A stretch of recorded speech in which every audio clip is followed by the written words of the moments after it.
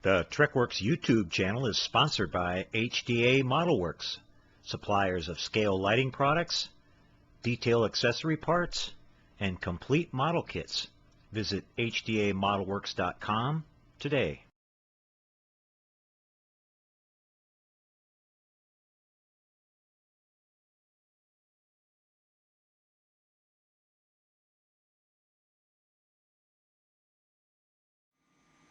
Hi everybody, welcome back. Well, we're already up to part 10 of our Polar Lights 1/350 scale Enterprise build series. We left off in the last video with getting the wiring connected from the saucer to the secondary hull. Then we got the saucer all mounted up, and we thought we'd come back here in the next video and show you the next big step, and that's getting the engine nacelles finished up and ready to get mounted onto the model. So I followed my same painting procedure that I showed you guys with the saucer and the secondary hull.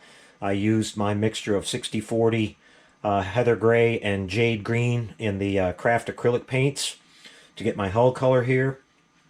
I'll list the paints, the manufacturers, and the paint numbers at the end of the video here for you guys again. But I got those painted. You know, I did my usual putty work on these. The nacelles fit together pretty good on this kit. You just glue them all really good. You know, make sure you put a lot of glue in this area right here. Just want to emphasize that again, where we have that socket that something has to slide into. We want to make sure that's really solid and it doesn't shift or move after we did all of our putty work. You do have the long seams along the line here, then you've got two that kind of come this way. So you get those all cleaned up. I did the same thing. I sanded this with, you know, glued them really good, taped them together. Then I sanded them with my 180 grit first to get rid of the glue. Then I did my 320 and then my red spot putty and kind of touched it up here and there. And then I did my primer and we're on to paint. So I use this just plain old coat hanger here, guys, to paint these. It's that way I can kind of go down on the end here and I can rotate as I'm spraying, you know, the whole thing and working with it. And then I could just hang it up. I just kind of hang it up on the edge of my thing right here and let them dry. So these have all been pretty much done. I sealed these up just now with a with our clear coat again, and so we're going to be mounting these onto the model. I used some more of this Duplicolor matte wheel finish in clear to do my final seal work on here before we put our markings. So we're going to go over to the other bench, and the first thing we're going to do, there's some markings that go on the bottom side of these nacelles, and so we're going to go ahead and put those on before we mount them onto the ship, because it's just easier to do that way. And you can tell exactly where to line them up. The slots in the decals line up with this little opening right here, and then we've got kind of a red rectangle that goes in a certain spot right here. And we'll show you how to get those put on.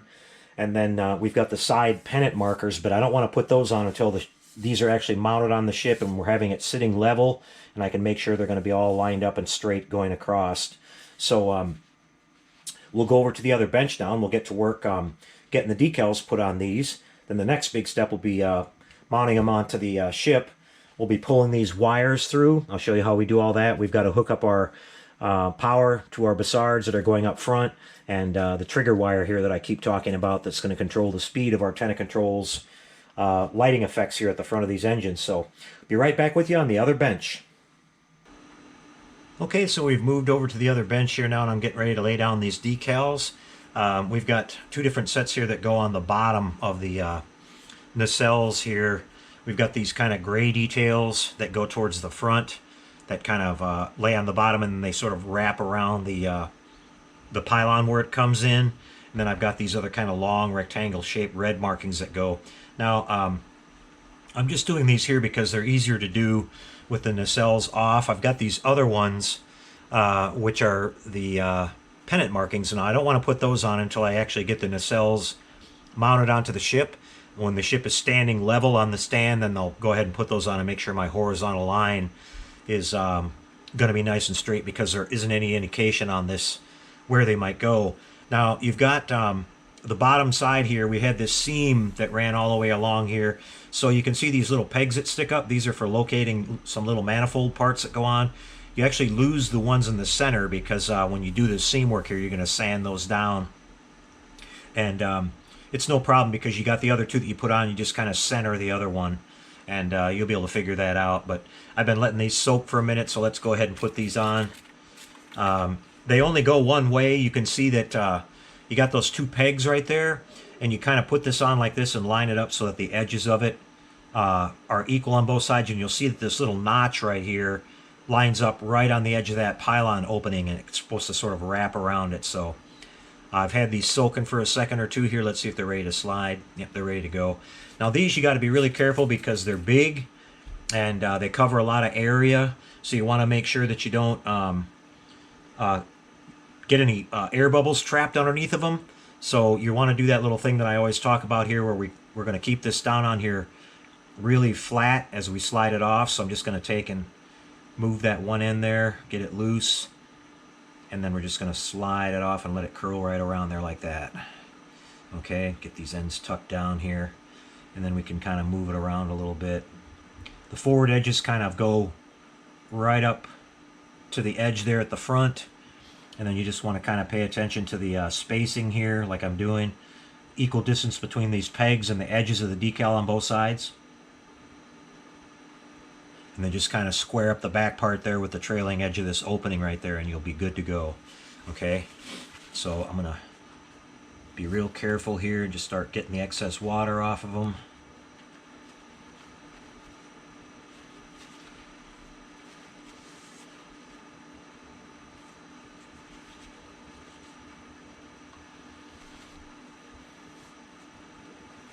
And these are big and these are fragile, you know, so you can wind up tearing them or whatever if you're rough with them. So just take it real easy.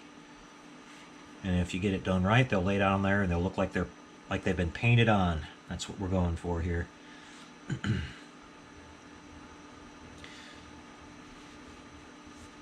And you can see the edges laid down real good and all that. No need for any kind of decal setting solution on this. Like I said, they're sitting down on there nice and flat, and I won't use that stuff unless I absolutely have to. Okay, so that one looks good. I think we're going to slide it back just a tiny little bit here, if it still will. There we go, just a tiny little bit, because the edges were hanging over a little bit. Just looking for any kind of wrinkles or lifted up edges or anything.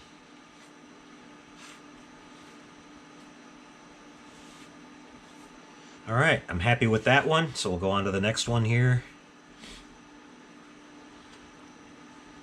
Same basic procedure. Oh, I was wondering why that didn't line up. I already used that one. Okay, so same thing here, you guys. Slide it right on off of there.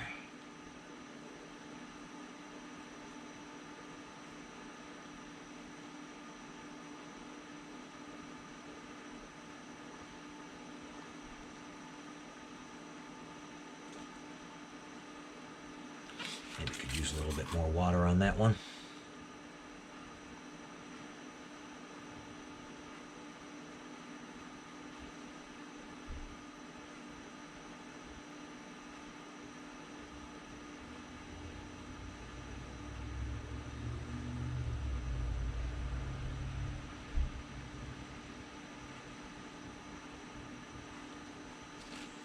Okay.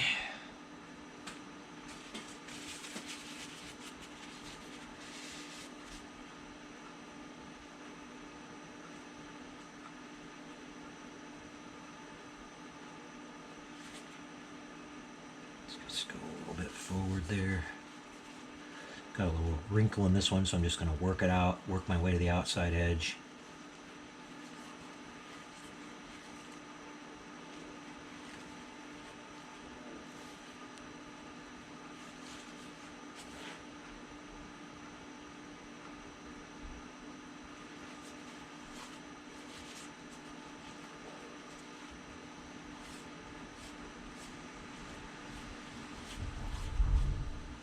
If you get a wrinkle, just work your way from the center out and push it toward the outside edge. That way you're going to push out any of the air that's trapped in there too.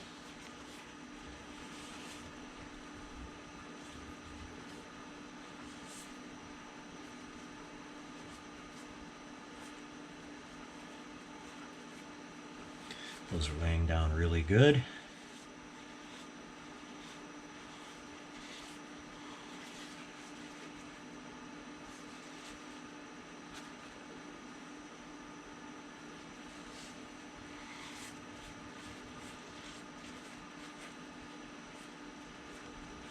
See the little air pocket right here? I'm just pushing out towards the side.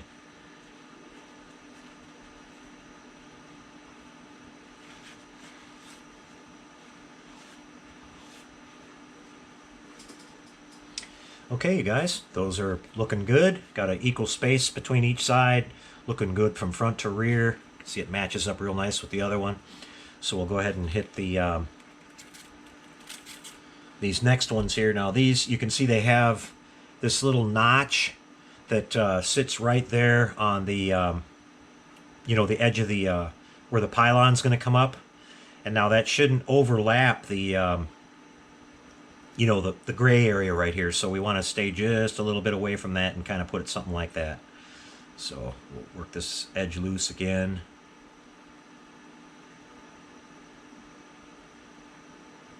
These are super thin. You know, these are made on some extra thin film, so you want to be really careful handling them, like I said. And we'll just kind of get them worked down here.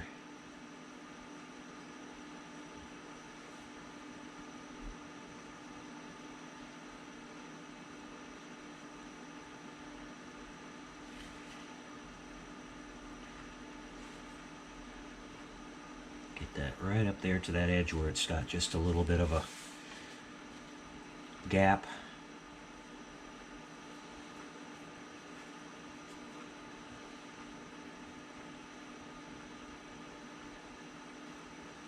So this one, the edges of it are trying to lift up a little bit, so I'm just putting a little water on a Q-tip here and just going to kind of skim over it here and just get it to reseal and lay down for me.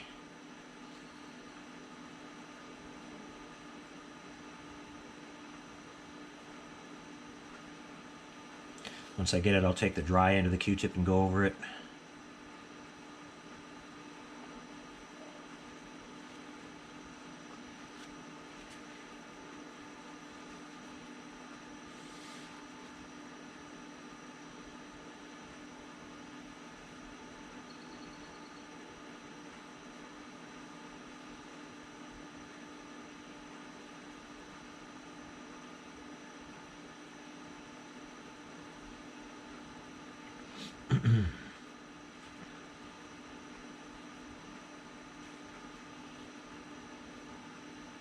Okay, I can see a couple of tiny micro wrinkles in it, but I believe that those will straighten out when it as it dries here, so I don't want to fuss with them too much. And I've got this one edge that's kind of wanting to lift up on me and keep coming back up, and I'm working with it here. If it keeps doing that, I will put a little bit of the decal setting solution on. So we'll just set that one off to the side and see what it does. All right, let's go do this one.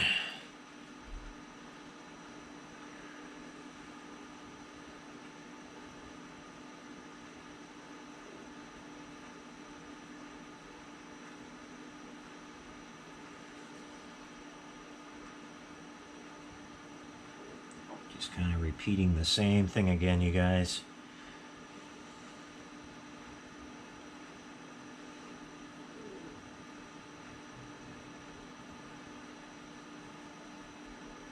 This is what I'm looking at, my center line here. I want to make sure these are basically along that center line as far as, you know, half and half. And we want just a little bit of a gap between it and the gray area there. So that looks pretty good.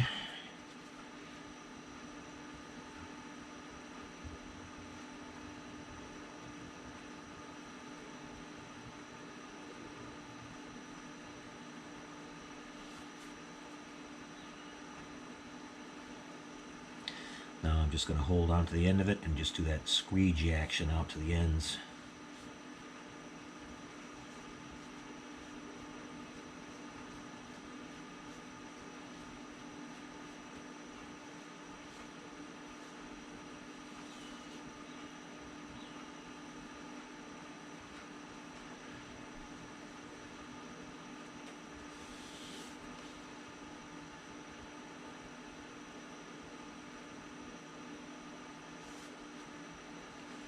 Okay, looks nice and straight. Same thing on this one. I'm seeing a couple of little really tiny micro wrinkles in it, but that's just the film. And I'm going to let that go ahead and settle itself out. The edges of this one are laying down pretty good though.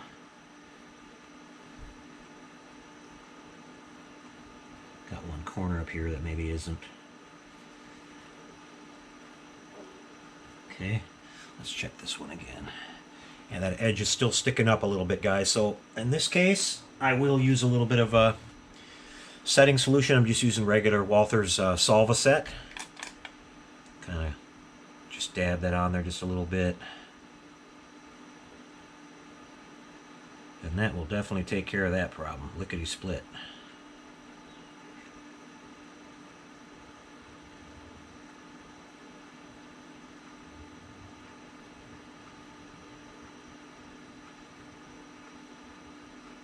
Just go all around these edges just to make sure.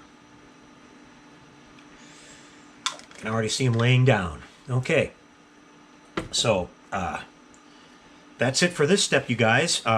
You can see that they are lined up real nice and everything, and I'm going to go ahead and let these dry for about a good half hour or so, so when I handle them I don't have to worry about anything happening, but they're laying down there really nice. They're lined up really good.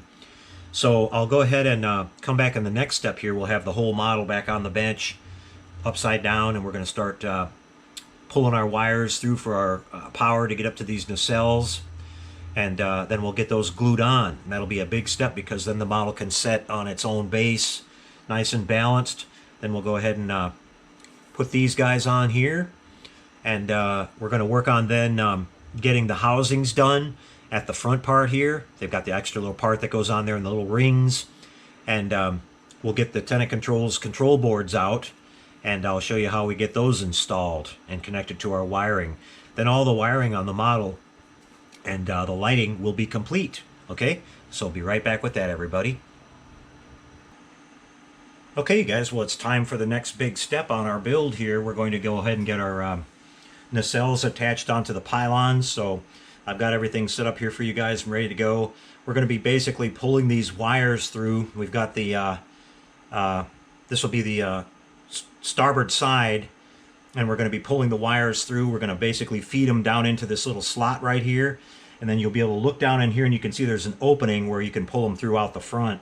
Now, usually I can get away with doing these without pulling the tags off here. Let's give it a shot here, and if I can't get it done, we'll pull these tags off. But I'm just going to tuck it down in here and sort of aim it towards the front and use my tweezers to kind of push it in there and get it going.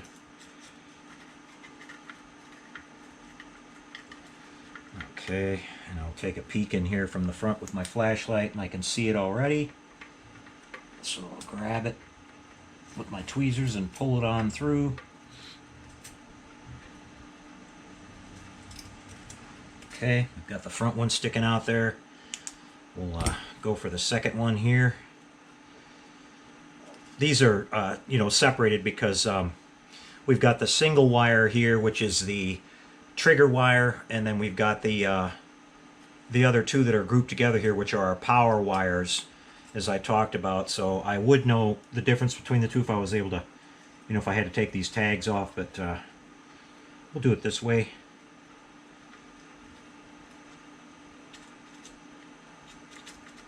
Get that pulled down in there, and we'll take a peek again.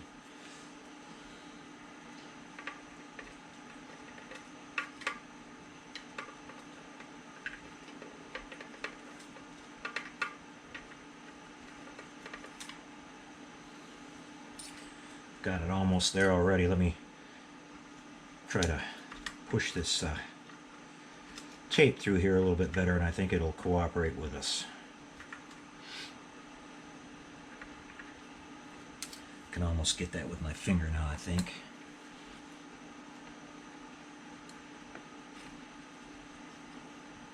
So close, but so far away. There we go. Gotcha. Okay. Well, I had you. There you are. All right, we'll kind of pull out our slack here now. Now there's one critical step that you want to make sure you pay attention to. Now what I'm going to do right now is I've got these basically worked in. I'm going to do the same thing we did on the neck. I'm going to put my glue in here, and I'm going to put it down, just again regular Model Master model cement. I'm going to put it down inside this socket, get it on there really thick, but I'm putting it down in the very bottom of it, you guys. I don't want the glue to to squirt out and get around our edges on the outside. So, but the critical part I'm talking about here is when I'm going to be pushing this down in, we got to get the right angle here, just like that.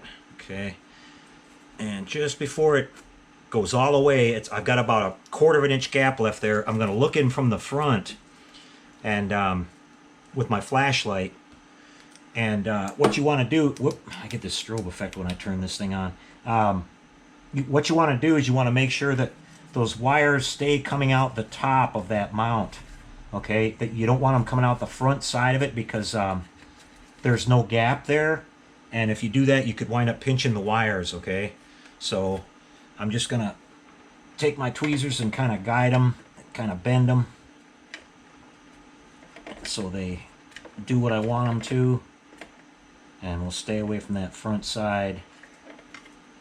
Okay, and that looks good. So now I can go ahead and seat this all the way down, just like that. And I can kind of feel that my wires still have some slack in them. Okay, so we're good there. We're good on this side. I'll go ahead and work the other side now. Hopefully I won't get my head in the front of the camera like I usually do here. I'm getting used to my new filming positions here, so you have to work with me a little bit, guys. Make sure we got plenty of slack there. So this time I'm going to make life easier. I'm going to go ahead and pull these tags off. Like I said, I know which wires are which. The two together are the power wires. The single wire is the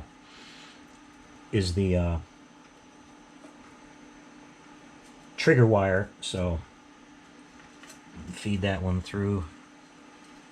Make my life a lot easier. Okay, that one popped right out.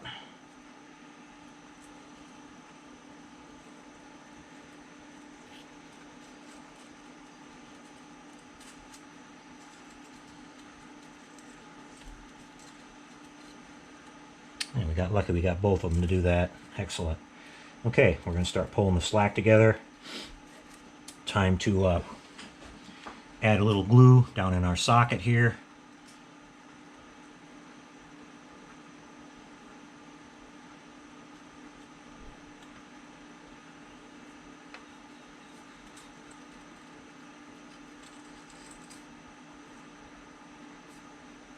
And we are going to go for it, you guys.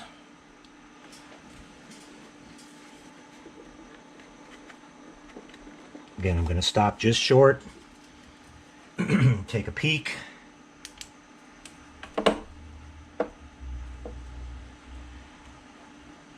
And I can definitely see that those are trying to come out the front, and we don't want that.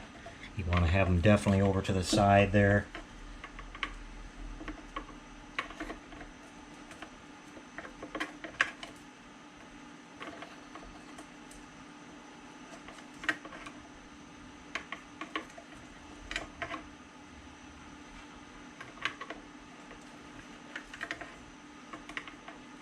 One that's just not cooperating. The other two are perfect. Come on.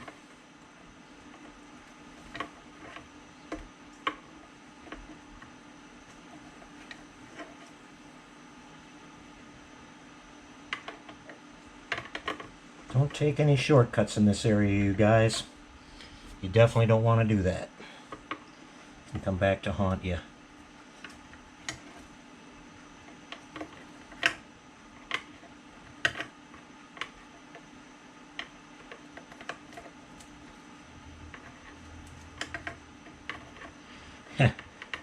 I got the other one to move, and then the other two moved in the spot I didn't want. Very awkward. Trying to work this way where you guys can see it, but I can't. Okay, there it did. It popped into place. Great. Okay. Down all the way. All right, guys. So we've got the nacelles mounted now. So what I'll do is I'll take this and set it over on the other bench on the stand so that these will dry in their natural state. And then I'll let these dry for a little while, and we're going to come back and we'll put our decals on, you know, the pennants, because now we can have a nice level model to work with, get those on in the right location and make sure that they're going to be level, okay? So now these power wires here are going to connect to our tenant controls boards. We've got 2 wires for power on each side. These are the, you know, these have already been hooked up down here. Remember, we did that in the last time when we hooked up the neck. Now all we've got left are these trigger wires, which is these separate ones right here. And when we go to mount our little tenant controls Bassard boards in here, we'll connect those wires up and push everything back in. I'm going to do a little bit of work on the actual housings to show you a couple little tricks on that, get them to fit better and everything. And that'll be the next thing that we're showing on the bench. So I'll be back with that just after this.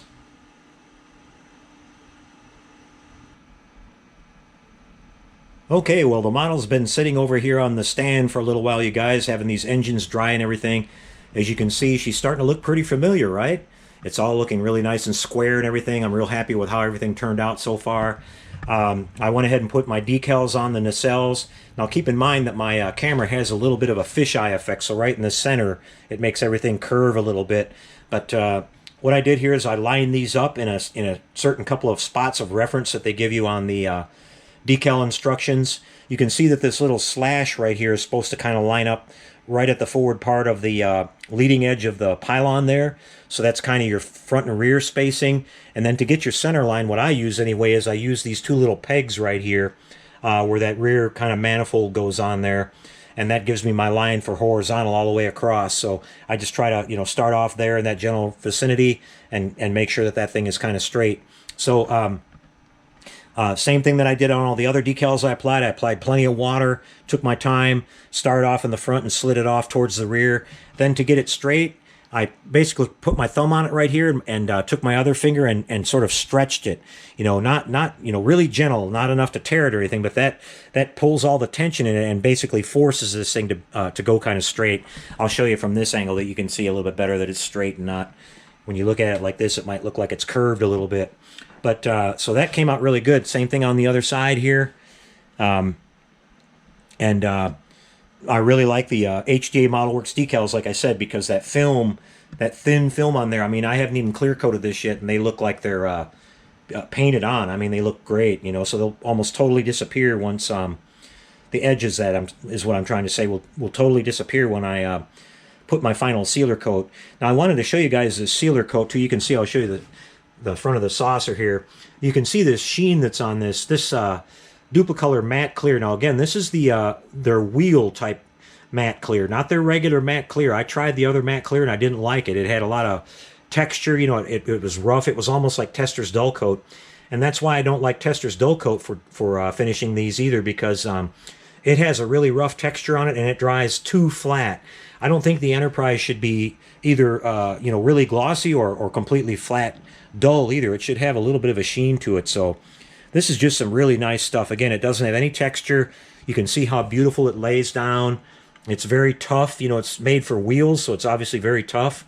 You won't have to worry about chipping or anything, and it gives a nice level of protection to that acrylic paint underneath. And being that it's so smooth and everything, it doesn't, I'm not having any problem at all with you know, silvering of my decals and things like that. So it just works really, really good. I hope you guys will try it. I think you'll be really happy if you do. Something where you want a matte finish like that, you know. So yeah, we'll just kind of look around it here a little bit again. You can see somebody mentioned that the markings on the rings, you know, the rings look too bold, but you can see once they're on the bottom like that, you get a different perspective on them, and now they look just right. You know, looking at them from the top, of course, they're really obvious, but on the bottom like that, they look just like they should. All the markings done there. Got our markings on our belly. Bottom of the nacelles are kind of shiny still because I haven't clear coated them, like I said, but The model's all nice and square, and it's looking really good.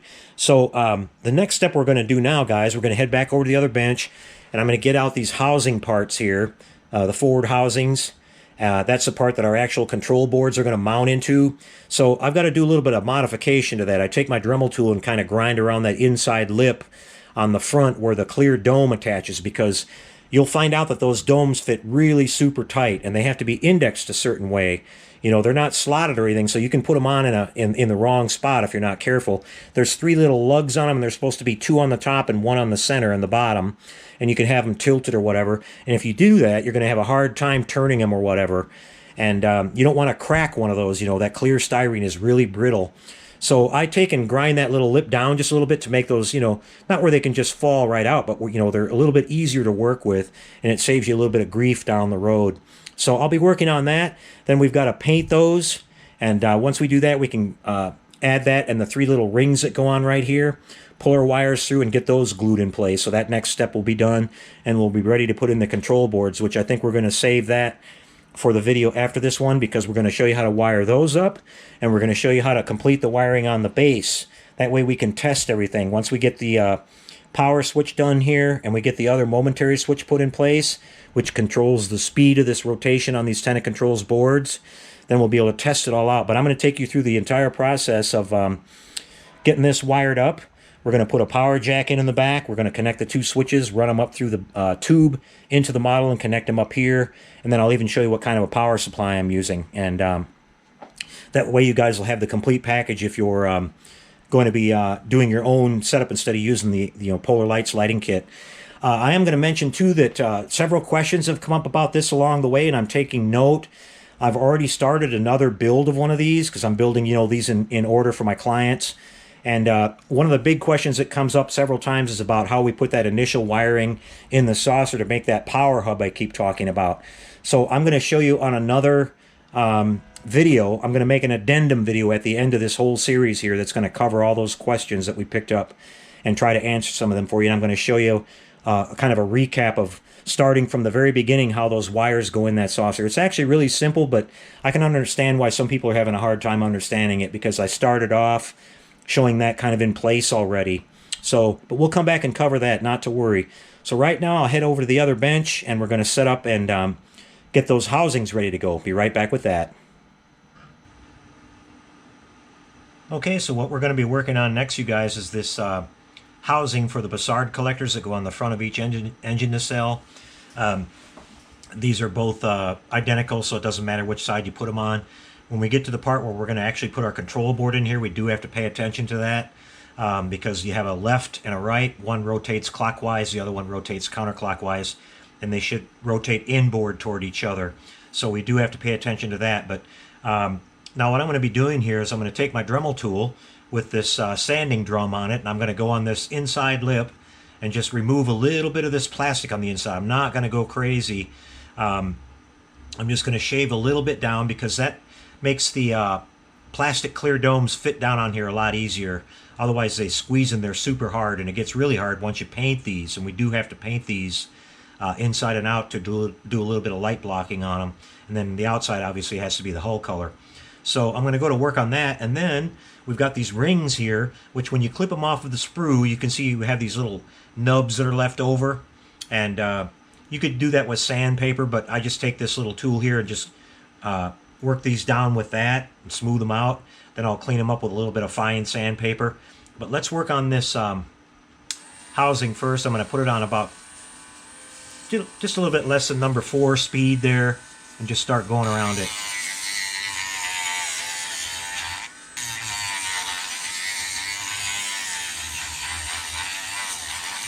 Not taking off that much material at all. Just a little bit.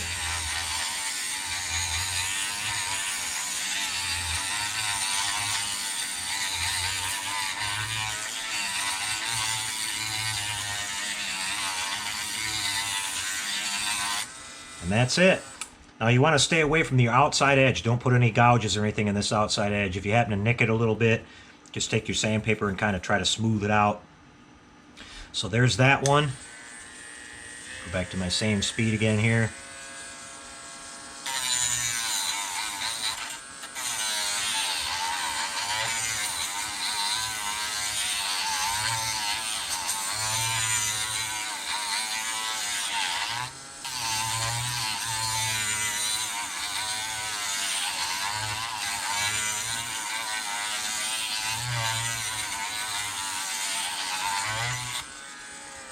maybe about 4 or 5 times around like that. And that's all they'll need, you guys. Just have a look there. You can see I just mainly kind of scuffed them up. You know, I didn't take that much material out of there at all. So that's that. Now I'll just kind of work on a few of these.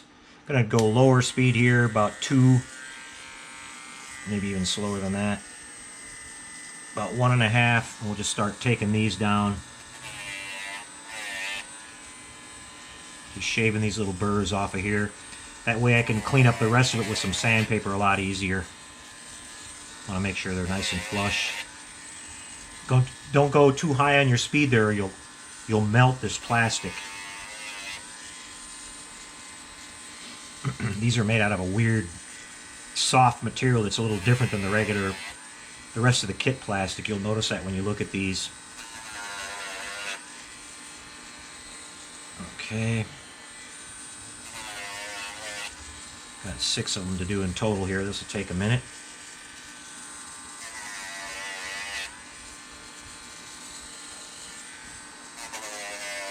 I'm just staying nice and flat on the back side.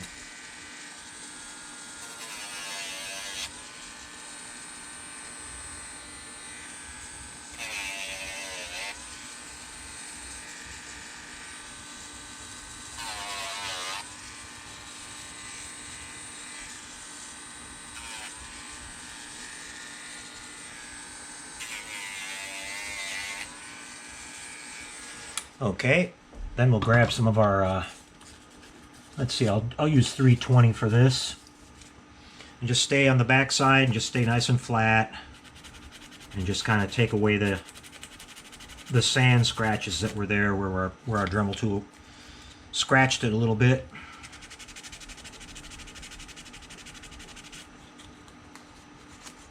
Take your time on these guys and do these little extra things like this on your model, like you know, like on these, when I clipped these off of the part sprue, you could see there were little tabs, you know, little marks that were left there, and I sanded those down to where when they're primed, they're going to be completely gone. All the little parts that I clipped away from the model, I take my time and I do that. Those little things like that, guys, make a big difference in the end on your model. You know, it just takes away from being, you know, takes it away from being looking like it was made out of plastic, and you know, that's just the whole idea of it. But I'm sure most of you go ahead and do that anyway. Most people out there want to do the best they can when they put one of these together. Okay, so we're just cleaning these up a little.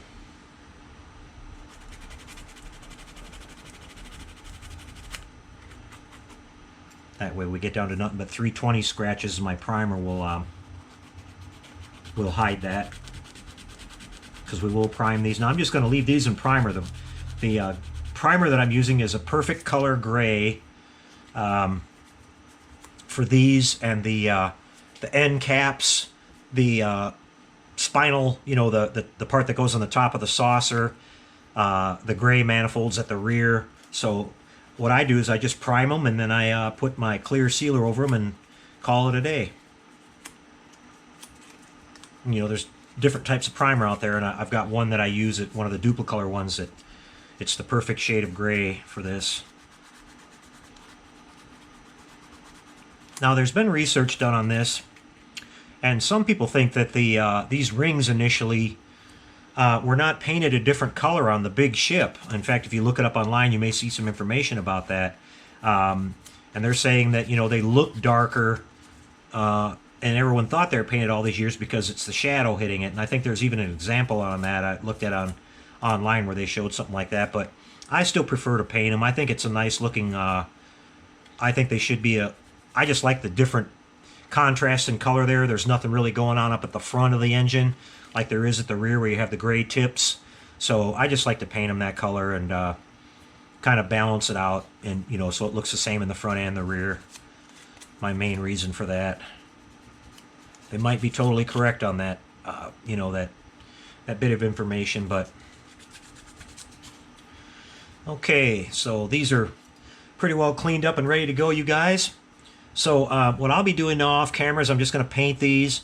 I'm going to do this the usual way I do. I'm going to spray a little bit of flat black on the inside, because believe it or not, those Bassard boards, they do put out a lot of light, and they will, these domes will, this part here will glow a little bit if you don't light block that. So I'm going to paint it black on the inside, and then I'll paint the primer, and then I'll just paint the outsides here, mainly focusing on this part here that's exposed, the hull color. These are going to get painted with my primer, like I said. Now, let me mention one other thing here before I go further. If you're going to use the Tenna Controls boards, I'll show you what I do here. I'm cutting off a piece of sprue, okay, and the Tenna Controls boards will sit in here all the way down in the very back part here if you don't do this. And when I was kind of first started using those, I started kind of fine-tuning, because it makes a difference how deep they are in there, how they focus on the outer dome. So like the amount of diffusion you get and the size that you want the lights to look. You've got the individual SMDs that are mounted on that board, and depending on, they each put out a little point of light, and depending on how big you want those to look, really matters as far as how far it is away from the back of that dome. So I found that bringing them a little bit closer makes them look better, right? So what I do basically is I take and cut off 3 pieces of this sprue, and I make them basically the same length as this first. Let me get my pointer here. It's better than my finger. If you can see this right here, this little, you got this flat part, and then this first little step it makes right here. Now this is where the edge of where the clear dome bottoms out, right? So you got to stay below that. So I make these little pegs just like that, right? That will be just shorter than that, and I glue them on in 3 spots right here, 3 equal spots all the way around. And that way when I glue in my Bassard board, it sits on top of these, and it raises it up a little bit off the background, okay? That's all I'm doing with that. So I almost forgot about that. I was going to go ahead and paint these, and I put these in before I paint everything. So let me just go ahead and right now just glue one of them in for you. You see you got these little sort of pegs already, right? They are to line up those other little boards that, the kit supplied piece that goes in there normally, which we're not using in this case. So I use those as a, as a guide. Oh, that's my bottle. It's almost empty. Let me get my other one. I might as well throw that one away. I keep doing that. Okay. So we're going to put a little glue right next to the edge of that and on the bottom part there. And I'm just going to place this down in there. The top and bottom of it don't have to be perfect. You just want a contact surface where the glue can touch. So if you guys are seeing that, basically right there, it just sits straight up and down like that, right? And in these 3 spots, that way the board can have something to sit on top and not be all the way too deep inside. So that's all I'm going to be doing that you guys aren't going to see. I'll finish doing that. When we come back, we'll have the model upside down again over here on the bench, and we're going to go ahead and these will be painted and everything, and we're going to go ahead and slide these on and glue them in place along with these rings. Okay, so that way we're ready to mount the boards. And we'll be back with that in just a little bit. Back again, everyone, and I've got my housings over there drying right now. I just got done painting them and clear coating them so they'll be all sealed up. And while I'm waiting for the paint to dry on those, I thought I'd show you these little boards. These are our LED type Bassard boards from Tenna Controls. So these are the motorless type. They're completely quiet. We get the illusion of spinning lights here with just LEDs. Actually, these are SMDs, but so I wanted to talk to you about a little bit of detail about how these work and how to set them up before we actually go ahead and install them in the housings. So we've got the instruction sheet here from Tenna Controls, and the first thing you want to note here is that it's got a note on here that says the counterclockwise board does not have R10 installed. So you're looking at the back side of the board here, right? I'll flip it over, and you can see we've got R10 right here, and there is no resistor soldered on that, right? So that's supposed to be the counterclockwise rotating board. The other one, of course, rotates clockwise. If everybody knows, if you guys out there are familiar with the detail of the Enterprise, and maybe you're not, if you look at the ship from the front, when the engines are spinning, they're supposed to spin inboard toward each other, sort of like a P-38 fighter in World War II, the old twin-engine Lightning, where they had the props turning toward each other. they did that because it was supposed to cancel out the torque and make the plane fly really stable. You know, it was sort of a gyro effect. And I'm not sure if that's the reason they did that on the Enterprise, but that's what they did, and it's an important detail to remember. So if you're looking at the ship from the front view towards the engines, you're going to see the one on the right-hand side is rotating counterclockwise. The one on the left rotates clockwise, so they meet toward each other. So we want to make sure we put them on the right sides. And so that's one way to identify that when you check these out and you're getting ready to set this up. Okay, so you've got that. Now, what I always do is test these. And so I've got the wiring connected together here so we can test these out before we install them. You've got 3 wires coming off of each board. You've got a red and a black, which is the power coming in. Black being negative, red being positive. Then we've got this third wire here, which you guys remember all along I've called this the trigger wire. Okay, this is the wire that sends a signal to these boards. You know, they have 4 different operating speeds. They can go slower up to faster, and if you keep pushing the button, it'll keep cycling back down to the original speed. So we have to have a signal up there to tell the boards to do that. So that's what this wire is for. So we had those 3 wires coming up in the pylons, right? We had 2 which were grouped together, which we called power. That'll obviously connect to the red and the black. That third one we called the trigger is going to connect to this yellow wire on each one of these. And these have to be connected together in order for these boards to function properly. They have their own, you know, this one board here has sort of the master control chip on it. The other one just kind of follows along. It's a little less. So they have to be connected. That is, that yellow wire has to be connected. So the 2 wires that are coming down, once we connect these to the trigger wires in the pylons, right? Those 2 trigger wires that run down through our ship, you remember we ran them all the way through and pulled them out the front.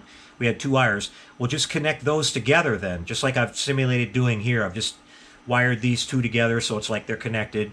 Then I've taken the power wires from each side and connected them together. So when I turn on my power now, you can see we've got the rotating effect. This one here is spinning this way. This one's spinning that way. And one thing that Ralph did here to update these, which is really nice, I've talked to him about this, and I think he finally got around to it because these are the updated boards. Originally, he had these set up so when you first power them up, before you do anything, kind of in their natural state, they were spinning really fast. And I just didn't think that looked good because they don't spin that fast on the show. And in fact, if it was my choice, I wouldn't even have a variable speed. I really don't see. It's just a kind of a cool extra thing that Ralph does, but they only really rotated at 1 speed on the television show. They didn't idle, slow, or speed up. They always kind of turned at 1 speed.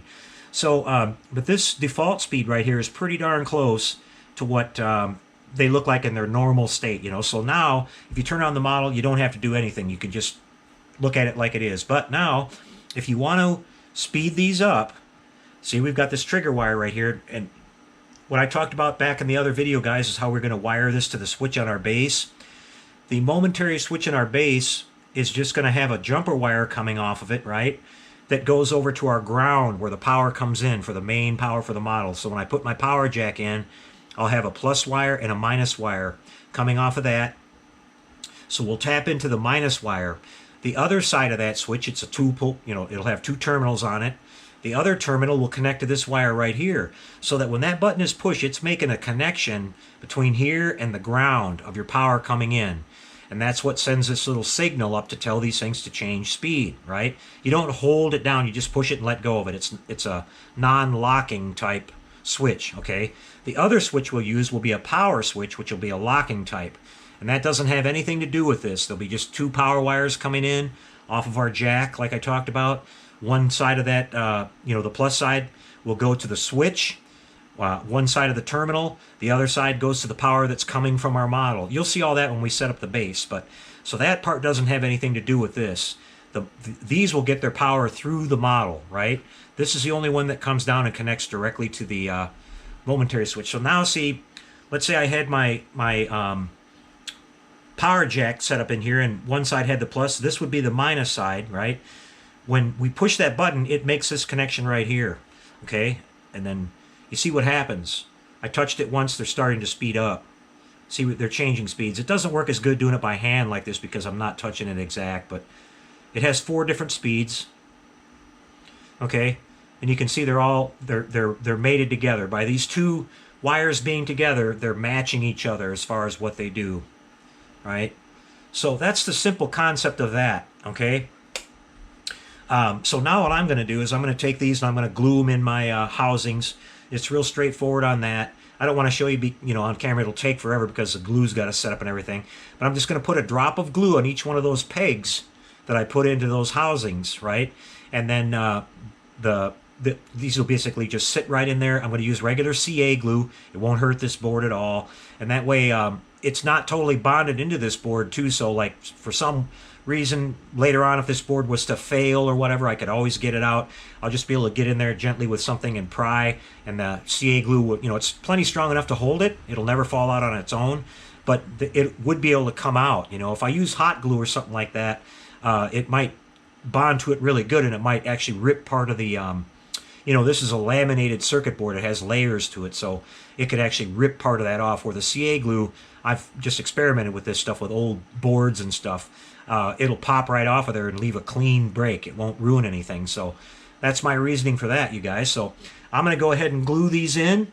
Again, it'll be just one little drop on each peg. They sit down in there flush. I'll pull the wires through the holes. Then the housings will be ready to go, and I'll bring the model over here. The next thing you guys will see was these being assembled into the nacelles, doing all the wiring and everything. So I'll be right back with that. So here we are moving along, everybody, and I'm getting ready to install our Bassard boards now. Off camera here, I just went ahead and glued the housings in, or glued the boards into the housings, and keeping track of which one was which. So we had the counterclockwise and the clockwise. So on this one, I've got marked starboard because it's the clockwise board, goes on the right-hand side. This one I've got marked port, which is for the left-hand side over here, which will rotate inboard. All right, so I want to make sure I don't mix these up. So before we go ahead and connect our wires now, we've got to put these rings on, right? Now these rings have a bezel, and you can see that they're, one way or the other. The widest part of the bezel goes towards the front. That lines up with our parts that need to go on the bottom. They have these little teeth on there, and that's the way they're cut. Okay, so we start off, you see you got 3 different sizes here. You got a real skinny, a medium, and a real thick. The skinniest one goes with the bezel forward on first. That fits the outermost ring, and it just kind of work it on there or whatever. Then you got the medium one here, goes in the middle, right? And then finally we end up with the real thick one, which goes on last. And it fits real tight against that little hub there. And you can see they should sit sort of like that. That's the profile. Now's the time. If you have any little defects in these, like a little burr or something sticking out, kind of look at it and rotate those around, because when these go on like this, there's these 3 little manifolds that go on, right, on the bottom side, and they kind of overlap this part right here. So you can hide some of that. So rotate those in a spot where they're going to be underneath of these manifolds, and that'll help you out a little bit there. I did a good job sanding these down and all that, so we don't really have any of that, but I do see the one little kind of weird spot right there, so I'll make sure that that's centered in the bottom. Okay, so now we're ready to connect up. We've got our 3 wires here, like we talked about. We've got our red and our black, which is our power coming in, and we got that yellow trigger wire. So up here we had the 3 wires. We had the 2 power wires, plus and minus, and we had the trigger wire, which I've already cut a little short because they were plenty long, and took the labels off because now I know what these are. I've gone ahead and taken the trigger wire and tucked it off to the side so I know which one that one is, right? So we're going to be connecting the plus and the minus first. So I know that my yellow wire is plus, so I'm going to connect that to the red on this one. But before I do that, I want to make sure I'm going to use some heat shrink tubing. I've got to put that on and let it slide over the wire before we solder it together, okay? Just like these rings have to be on before you do this whole connection, or you're not going to be able to slide them on over everything, obviously. So that's an important step not to forget. So we just put it over that wire like that and let it slide down in there. Then we're going to come up here and grab a hold of this yellow guy, and we're just going to twist these 2 together. I'll try to keep my hand where you can see what I'm doing. I'm going to twist these together real nice and tight. We want a good connection, and we want the solder joint there not to be too thick, so that our heat shrink will slide over the top of all of it, right? So we'll go ahead and solder it.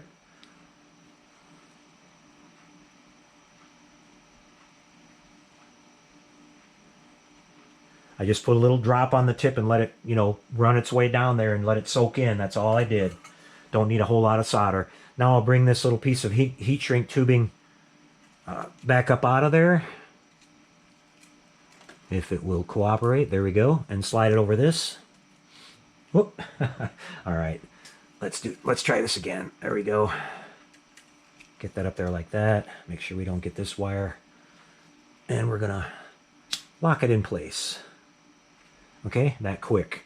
So that one's done. Now we're gonna move on to the black wire. So it's just kind of rinse and repeat, you guys. We'll slide this piece of tubing over the top. Make sure it's twisted together good there first.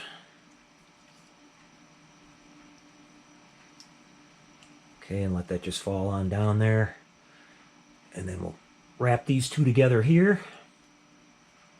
This time we're using the blue wire off the model. That's our wire that we called our ground inside the, you know, in the whole wiring process we did here. And the yellow one was the hot, okay? Let's get that one kind of done already for us there. All right. Now we'll solder this second one. Let's clean that chip off first.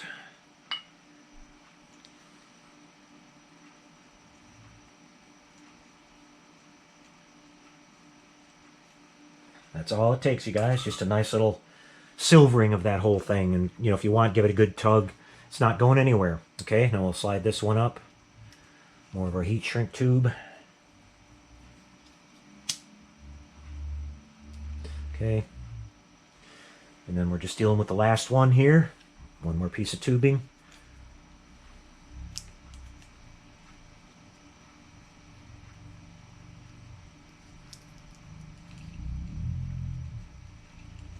Okay. Now we can go for this last wire. This last one was that third wire that we ran up through there, and we called it our trigger wire. Remember that one, guys? So, just as I explained about these boards, it's connecting to that yellow wire that gives it that signal to change speeds.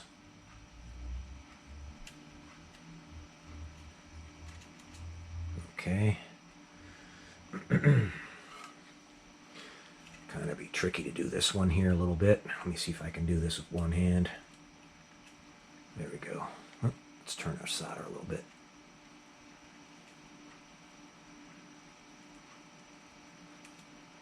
All right, got that one on there nice. And then we'll just slide this last piece of tubing up.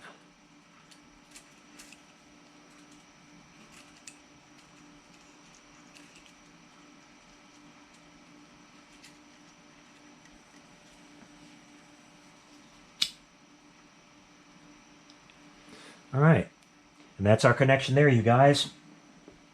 So now we're just going to kind of double check our little rings here, make sure they're fully seated and all that. We're going to take some of our Model Master glue again.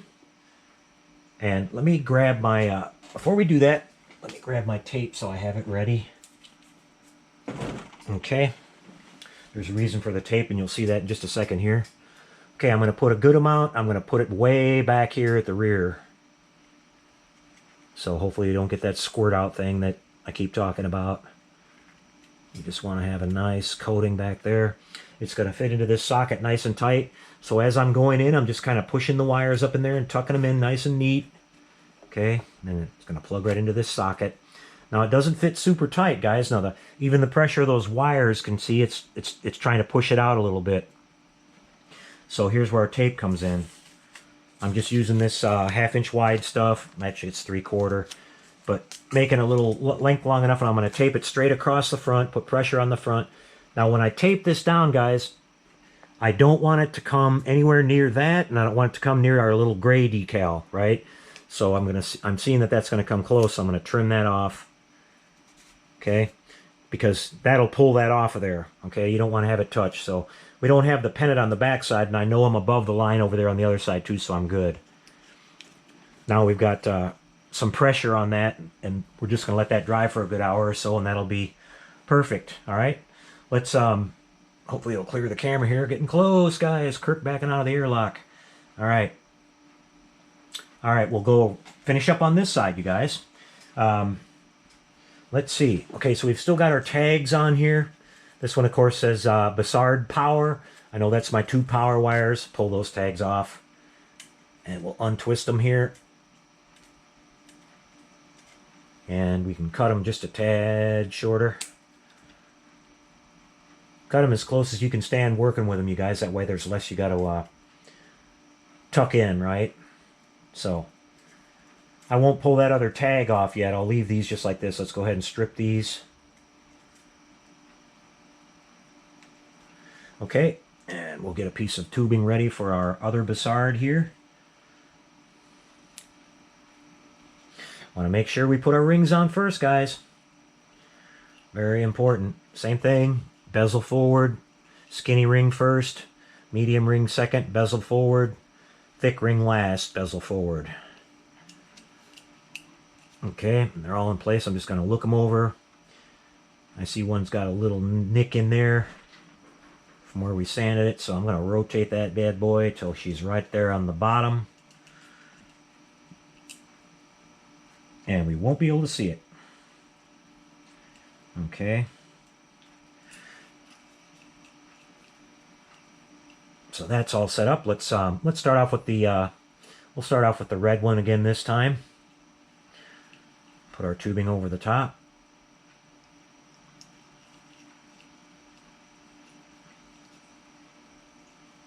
And we'll twist it together with our yellow power wire up here.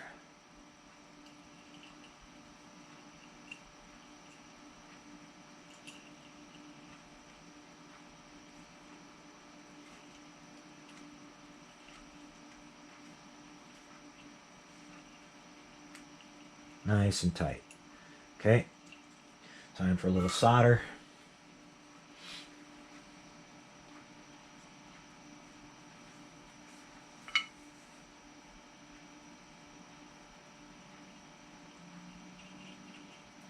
Just like that.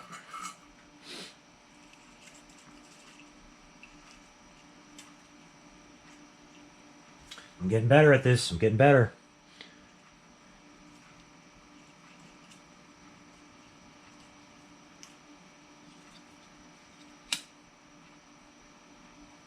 Okay. Now we're going to go for the black. Get it nice and freed up here. Make sure she's twisted together good for us. Another piece of tubing.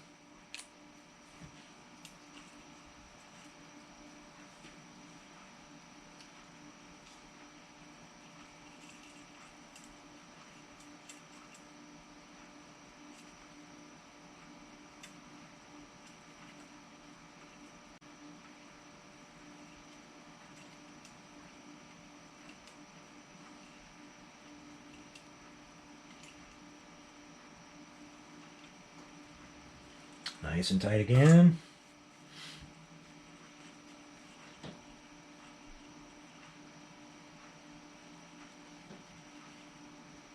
Okay. Tubing up.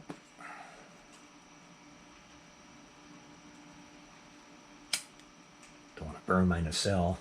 I'm actually not that close to it as it looks on the camera. Okay, one more to go. Now we can pull this tag off. We know that this is the trigger wire. I'm going to pull this without... Oh, yeah, sure enough, we broke our wire there. That's all right. We got a little extra left. We got enough. I should have not tried to do that. Okay. We're good still, guys. No worries. If it would have knocked it off much shorter, I would have had to solder a new piece onto it to make it a little longer.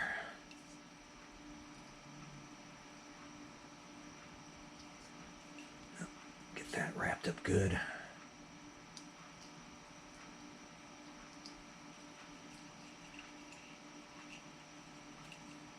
Come to Papa. All right.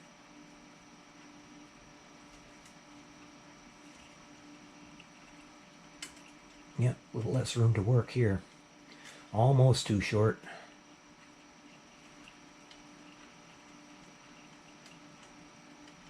Just trying to grab that edge and make it come around there. Okay, got that. Okay. This last one's the hardest one to get to. Need to get a little slack there. There we go.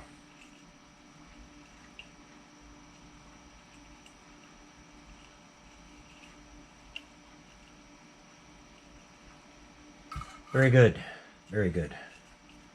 Okay. Up with the tube. And we'll get this out of the way here. Real nice and clean. Okay. Same thing again, guys. Tuck them in. We'll put a little bit of glue on that. All the way towards the back.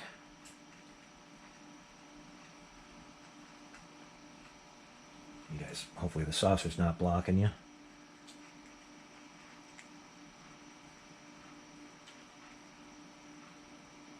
Getting low on glue. Okay, and across the top. All right, just like that, you guys. Tuck them in and push her in. Make sure all those rings are fully seated. Looks like they are. And we'll take and put a piece of tape across that too. This time I'll pay better attention to the inboard or the outboard here and make sure I don't get close to that pennant. Okay. Just like that, you guys. So those are on there now and they'll dry. I'll let them dry for about an hour, like I said, and they'll be fine. Let's move our stuff around here a little bit. Don't need any more glue. Get the lighter out of the way here. Kind of move this guy back a little bit because we're going to spin this thing around so I can take a look at the forward wiring here. And we're going to make our final connection for the Bassards. And that's these two wires we talked about again. Oop, let's go this way. All right. Now we've got these two right here, these two main groups, which we know are power, right? We don't have to do anything with those. Those are connected up here.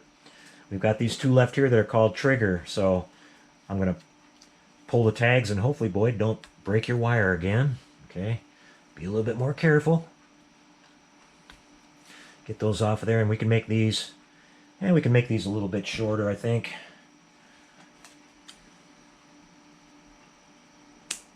Like that.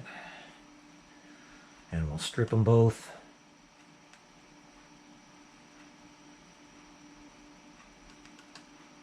And we're just going to connect these two together, guys. Just like we had them laid out on the when we hooked it up here a minute ago, where I had them connected directly together. Now they're connected because the trigger wire is coming down from each one and meeting right here. Okay. We'll go ahead and solder that.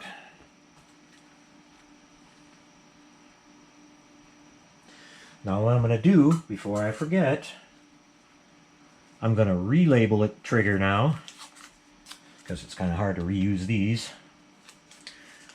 And because I still have to hook up to it one more time, like I talked about. We've got to... now everything's going to function right now. And our boards are going to come on at their default speed. So let's just mark this. I just put a simple T on it this time. Okay. So what's going to happen then is we're going to come off of our base here. I know I keep going over this, but I just want to show you one more time or talk about it. You know, an on-off power switch, which is a locking on-off, then our momentary. So the momentary is going to have a jumper wire going to the ground from our power supply. Then on the other side, it's going to run up through here, come out the front. We're going to connect it to that. Once that's done, we can tuck this inside. It's all done. This switch then controls the speed. Right now, it's just going to come on at default. So let me power it up. We don't need our solder iron anymore, so let's shut him down. Kind of clean up a little bit. Get the tape out of the way. And get rid of that. Kind of clean up just a little, guys. Alright. So, we've got our two power lugs now. Go plus to yellow and black to blue.